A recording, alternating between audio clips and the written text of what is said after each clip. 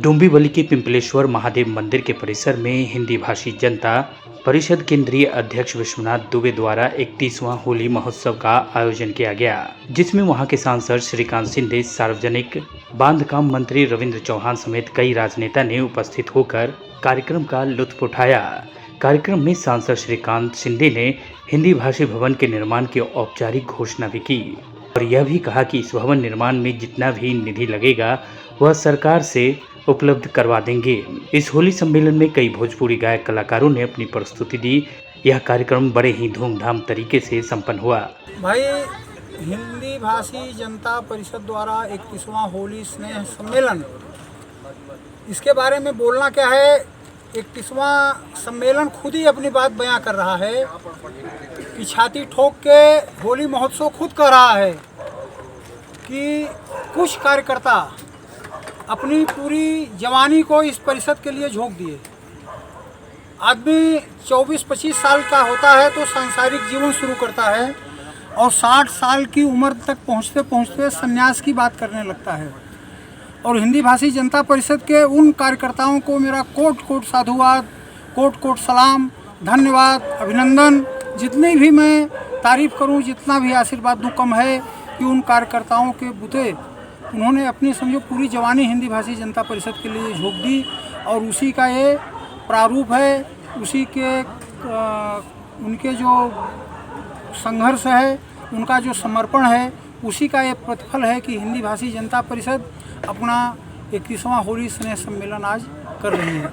और जैसा कि आपका हमेशा अपना आपका जो प्रयास था हिंदी भवन बनाने का, और जैसा आपने बताया कि उसके लिए ज़मीन भी, और यहाँ पर आज यहाँ के कल्याण डोंबिवली के जो सांसद श्रीकांत शिंदे ने यहाँ पर इस मंच से उसकी जो औपचारिक घोषणा जो की उसके लिए क्या?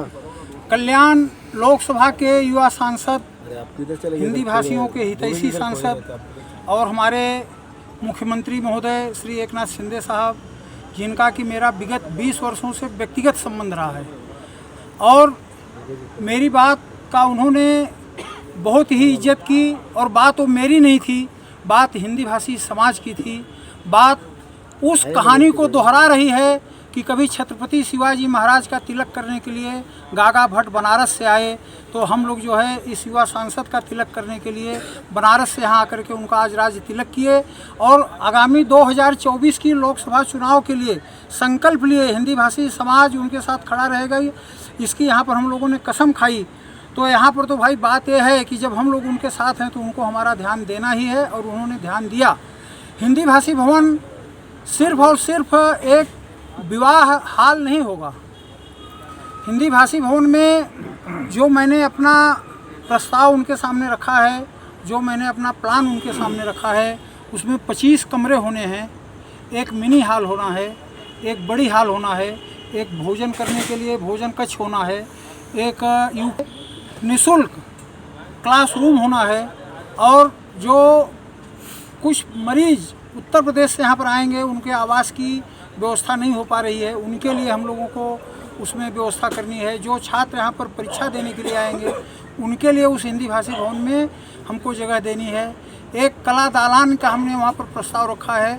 उत्तर प्रदेश की जो विभूतियाँ रही हैं, जो ऐतिहासिक व्यक्ति रहे हैं, उनके लिए उसमें तैल चित्र का उसमें व्यवस्था की जाएगी।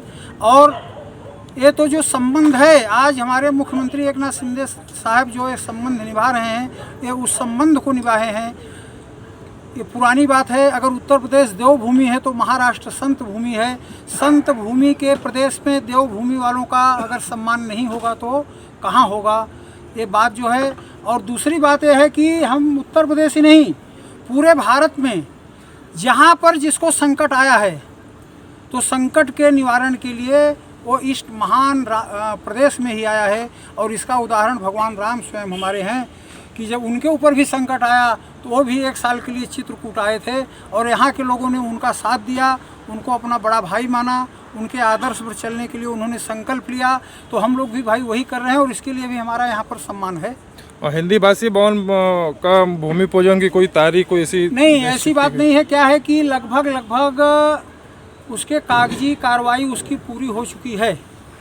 आज उसका यहाँ पर क्या बोलते हैं उसको, एक चित्रण द्वारा तो यहाँ पर दर्शाया जाने वाला था, लेकिन किसी कारणवश वो व्यवस्था नहीं हो पाई।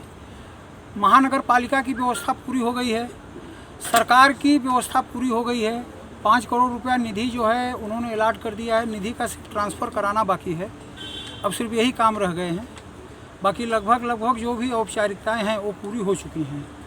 अब तिथि की घोषणा वो लोग जिस ढंग से करेंगे, तो हिंदी भाषी जनता परिषद की ऐसी अपेक्षा है कि हमारे मुख्यमंत्री योगी जी यहाँ पर आएँ, या तो वहाँ के कोई कैबिनेट मंत्री आएँ, और उनको आना ही पड़ेगा, क्योंकि उत्तर प्रदेश की शान मर्यादा अगर है तो यहाँ से है, तो भाई उसका उनको ध्यान रखना होगा।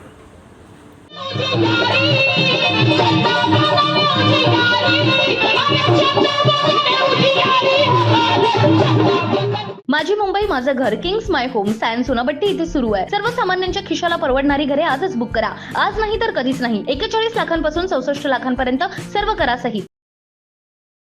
CEN न्यूज, देश प्रदेश की ताजा तरीन खबरों के लिए CEN न्यूज को सब्सक्राइब करें और रहें पल पल की खबर से हर पल बाखबर।